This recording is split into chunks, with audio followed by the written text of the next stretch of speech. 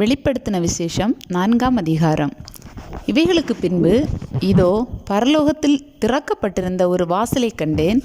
முன்னே எக்காள சத்தம் போல என்னுடனே பேச நான் கேட்டிருந்த சத்தமாவது, இங்கே ஏறி வா, இவைகளுக்கு பின்பு சம்பவிக்க வேண்டியவைகளை உனக்கு காண்பிப்பேன் என்று விளம்பினது.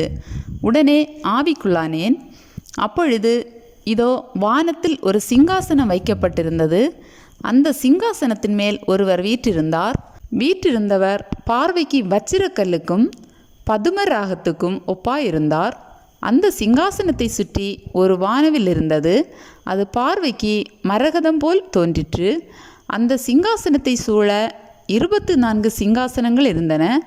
24 மூப்பர்கள் வெண் வஸ்திரம் தரித்து தங்கள் சிரசுகளில் பொன்முடி சூடி அந்த சிங்காசனங்களின் மேல் உட்கார்ந்திருக்க கண்டேன். அந்த சிங்காசனத்திலிருந்து மின்னல்களும் இடி முழக்கங்களும் சத்தங்களும் புறப்பட்டன. தேவனுடைய 7 ஆவிகளாகிய 7 அக்கினி தீபங்கள் சிங்காசனத்திற்கு முன்பாக எரிந்து கொண்டிருந்தன. அந்த சிங்காசனத்திற்கு முன்பாக பளிங்கு கொப்பான கண்ணாடி கடல் இருந்தது. அந்த சிங்காசனத்தின் மத்தியிலும் அந்த சிங்காசனத்தை சுற்றிலும் 4 ஜீவன்கள் இருந்தன.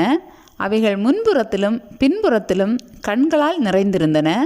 முதலாம் ஜீவன் சிங்கத்திற்கு ஒப்பாகவும், 2ஆம் ஜீவன் காளைக்கொப்பாகவும், 3ஆம் ஜீவன் மனுஷ முகம் போன்ற முகம் உள்ளதாகவும், 4ஆம் ஜீவன் பறக்கிற கழுகுக்கு ஒப்பாகவும் இருந்தன. அந்த 4 ஜீவன்களிலும் ஒவ்வொன்று அவ்வாறு சிறகுகள் உள்ளவைகளும் சுற்றிலும் உள்ளேயும் கண்களால் நிறைந்தவைகளுமாயிருந்தன. அவைகள் இருந்தவரும் இருக்கிறவரும் வருகிறவருமாகிய சர்வ வல்லமையுள்ள தேவனாகிய கர்த்தர் பரிசுத்தர் பரிசுத்தர் பரிசுத்தர் என்று இரவும் பகலும் ஓய்வில்லாமல் சொல்லிக் கொண்டிருந்தன.